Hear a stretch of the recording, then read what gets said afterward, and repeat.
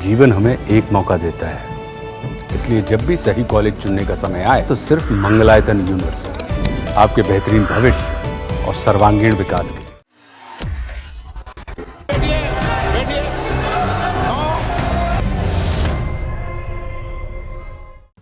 नमस्कार, संसद संग्राम में आपका स्वागत है। मैं हूं नीलू रंजन और मेरे साथ दैनिक जागरण के राजनीतिक संपादक आशुतोष झा हैं। हम समझेंगे कि संसद में क्या हो रहा है और कुछ नहीं हो रहा है तो क्यों नहीं हो रहा है, मुद्दे क्या हैं, विपक्ष किन मुद्दों पे अड़ा हुआ है और क्या सचमुच में ये मुद्दे हैं, सरकार का पे उस पे क्या पक्ष है, और अगर वे मुद्दे हैं तो पलड़ा किसका भारी, नैरेटिव किसका भारी है, क्या विपक्ष सचमुच में उन मुद्दों को के आधार पर संसद को ठप किए हुए है तो उसमें सचमुच में उसके नैरेटिव की जीत हो रही है, कौन कहाँ, ये समझेंगे। आशुतोष जी, संसद नहीं चला आज भी और 2 दिन की चर्चा जो थी, 3 दिन तो चर्चा तो हो गई और फिर वही जो पहला हफ्ता जिस ढंग से बीता वो आ गया। तो क्या लग रहा है कि संसद में क्या हो रहा है? देखिए, ये तो पहले से ही जो विपक्ष का रुख था उससे क्लियर था कि उन्हें संसद चलाने में रुचि नहीं है। कुछ ऐसे इश्यूज वो जाहिर तौर पर गर्म रखना चाहते हैं जिसको लेकर के लगता है कि उन्हें पॉलिटिकली कुछ फ़ायदा होगा।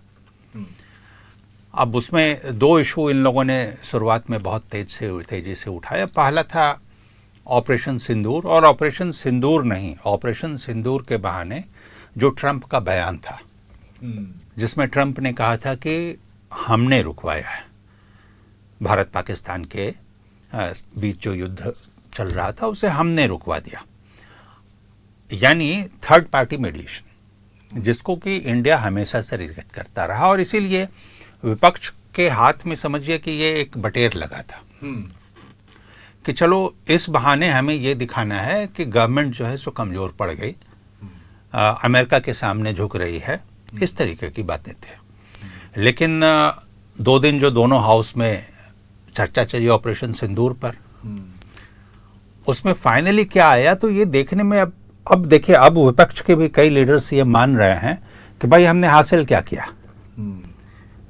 जो कुछ वाहवाही ले जानी थी वो तो गवर्नमेंट ले गई, और जो एक मुद्दा ये ट्रंप के बहाने बाहर लगातार बोला जा रहा था कि भाई देखो ट्रंप ने मनवा लिया, और राहुल तो खैर बहुत आगे बढ़ के बोल रहे थे, मैंने जिस तरीके की भाषा का उन्होंने इस्तेमाल किया था उस समय, नरेंद्र सरेंडर करके जो भाषा एक पीएम के लिए, तो जब खुद पीएम ने हाउस में ये बात साफ कर दी कि no leader, no world leader said कि भाई हमें ये चीज आप रोकिए, और इस तरह के, यानी कोई भी नहीं, ट्रंप समेत पूरे देश विश्व से किसी भी नेता ने पीएम मोदी से ये बात नहीं कही, तो मानने की तो बात ही बहुत दूर है।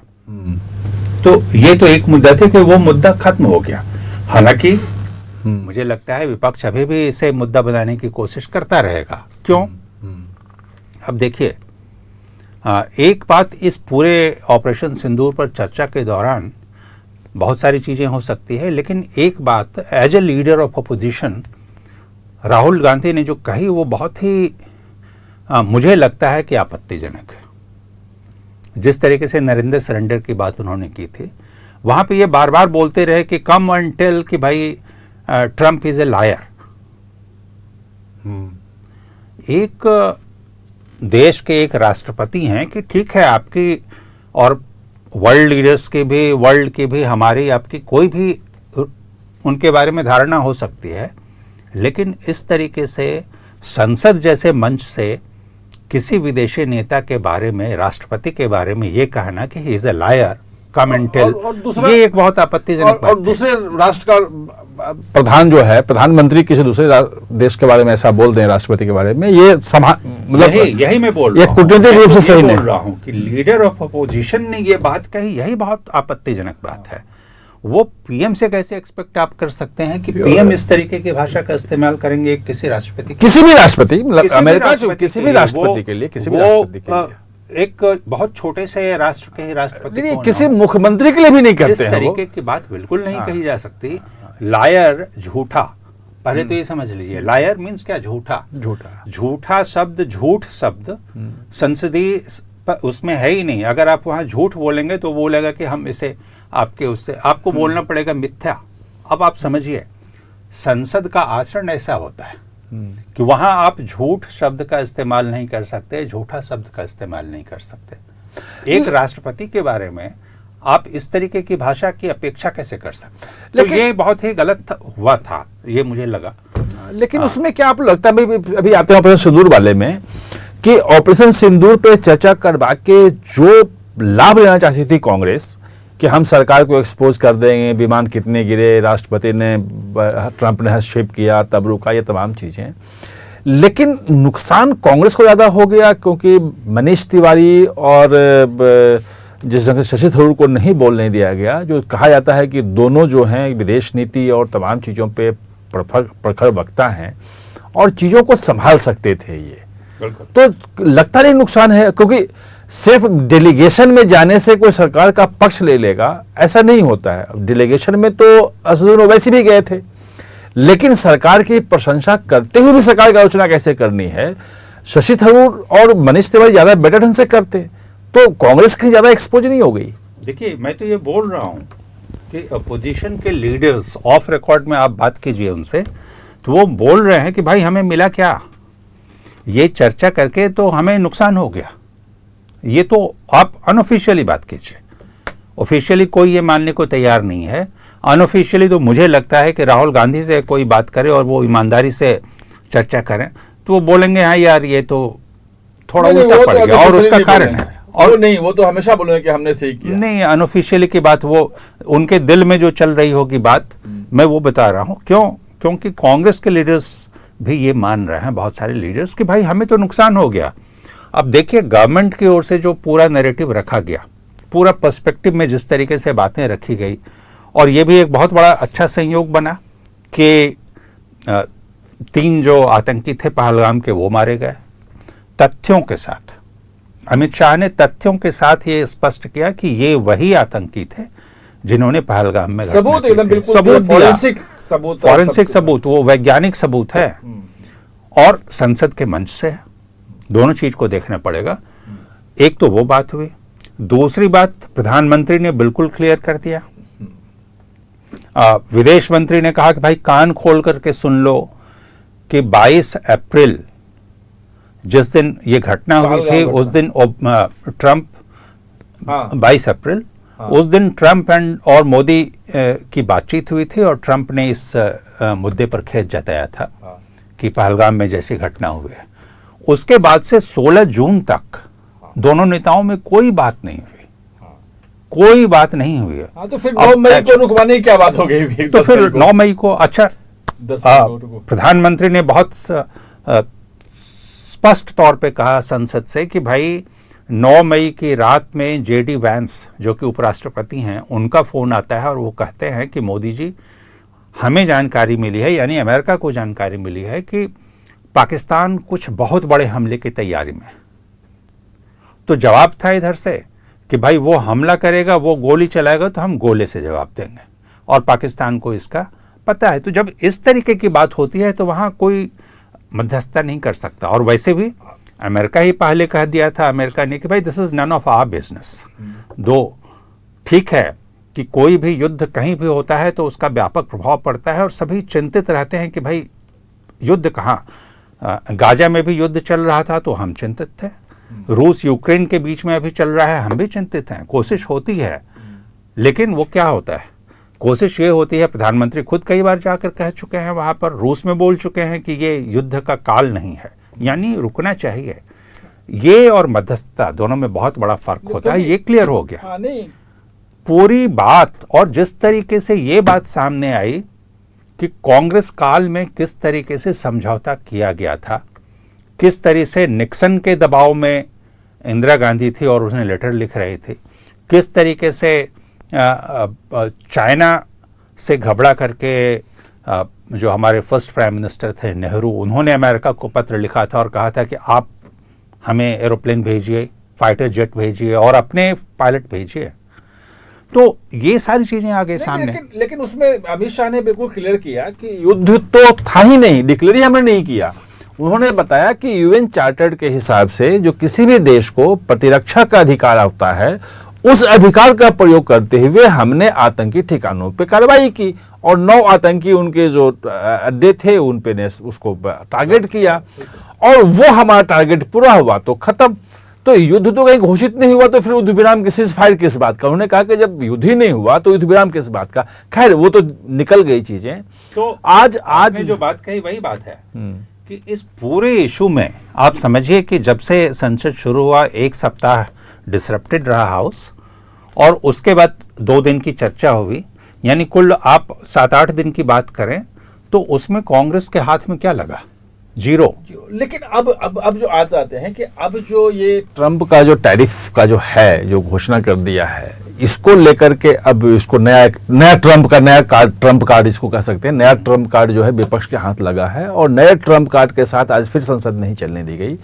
तो पुराना ट्रंप कार्ड तो नहीं चल पाया, नया ट्रंप कार्ड कितना चल पाएगा? देखिए ये दोनों बात भी, ये भी बहुत मतलब जिसे कांग्रेस ट्रंप कार्ड समझ रही थी, पहला ट्रंप का बयान वो, और अब जो उन्होंने टैरिफ लगा दिया, टैरिफ को लेकर के भी कांग्रेस बहुत आक्रामक है कि भाई इंडिया तुमने क्या किया, देखो जो है अमेरिका ने तुम पे इतना लगाया, इस तरीके की बात हो रही है। आज जो सदन में वक्तव्य था अपने कॉमर्स मिनिस्टर का, पीयूष गोयल जी का, उसमें उन्होंने क्लैरिटी दी। लेकिन आप देखिए दोनों ट्रंप के बयानों को देखिए और फिर यहाँ जो घटनाएं हुई उनको देखिए।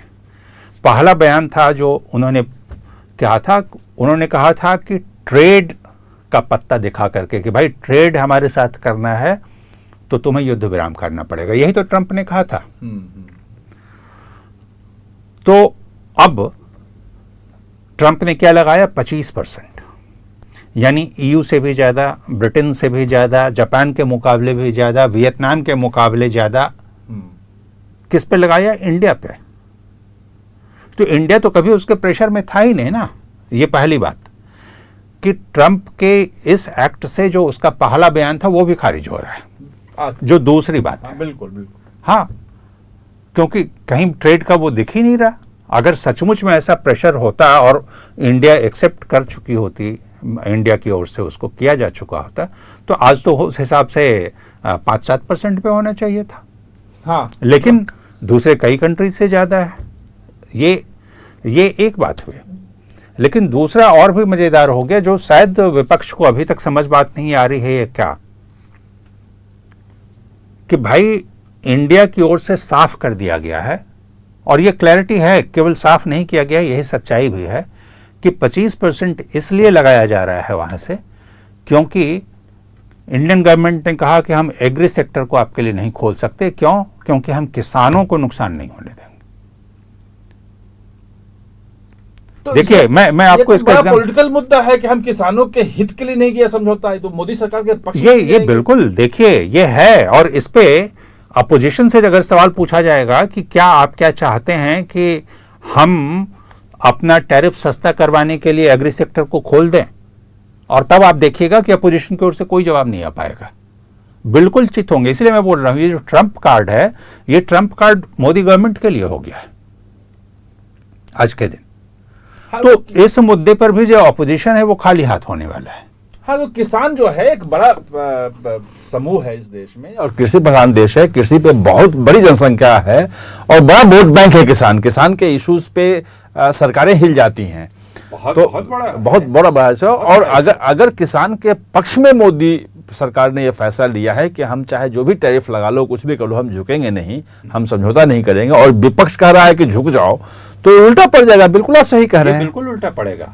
इसीलिए ये ट्रंप कार्ड दोनों ही, ट्रंप का पहला बयान और ट्रंप का दूसरा बयान, और बीच में ट्रंप की जो एक्टिविटी है, ये तीनों मिला दीजिए आप, तो ट्रंप खुद ही एक्सपोज हो रहे हैं। और ट्रंप के साथ साथ अपोजिशन इसलिए एक्सपोज हो रहा है कि भाई आप एक ऐसे गवर्नमेंट के यानी ट्रंप एडमिनिस्ट्रेशन के बयानों पे क्यों इतना उछल रहे हैं, उसको नेशनल इशू क्यों बनाना चाह रहे हैं, जिस ट्रंप की एक्सेप्टेबिलिटी को लेकर के अभी अमेरिका में इशू बना हुआ है। बिल्कुल वर्ल्ड लीडर्स परेशान हैं कि जब वियतनाम के बारे में ट्रंप ने घोषणा की तो वियतनाम बिल्कुल चुप रहा, और बाद में ये बात आई तो वियतनाम ने कहा कि भाई ये आपने कैसे घोषणा कर दी, हमारी बात कुछ और हो रही थी, आप घोषणा कुछ और कर रहे हैं।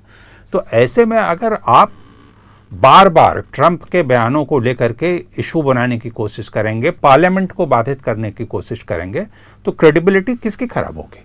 निश्चित रूप से इसमें जो पहला ट्रम्प कार्ड चला नहीं और दूसरा ट्रम्प कार्ड जो जिस ढंग से आ रहा है वो या तो उल्टा पड़ेगा या बिल्कुल फुस हो जाएगा। उल्टा पड़ने की ज़्यादा संभावना है क्योंकि किसानों का मुद्दा है, और किसानों को मुद्दे पे अगर मोदी सरकार नहीं झुकती है तो ये उसके पक्ष में जाएगा। आप देखते हैं कि कल संसद में क्या होता है, आप चलती है संसद या नहीं चलती है। जो कुछ भी घटनाएं चलेंगी, अगर इशू कुछ बदलते हैं जैसे भी होता है, तो कल हम एक बार फिर आपके साथ चर्चा में जुड़ेंगे। तब तक के लिए धन्यवाद।